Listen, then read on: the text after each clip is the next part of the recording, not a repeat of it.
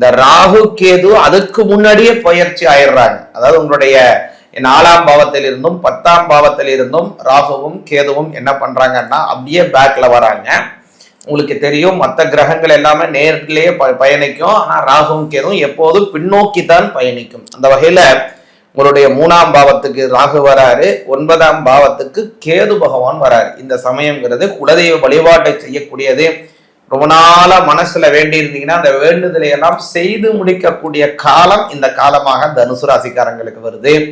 அதே போல 7ஆம் பாவத்தில் குரு பகவான் வராரு.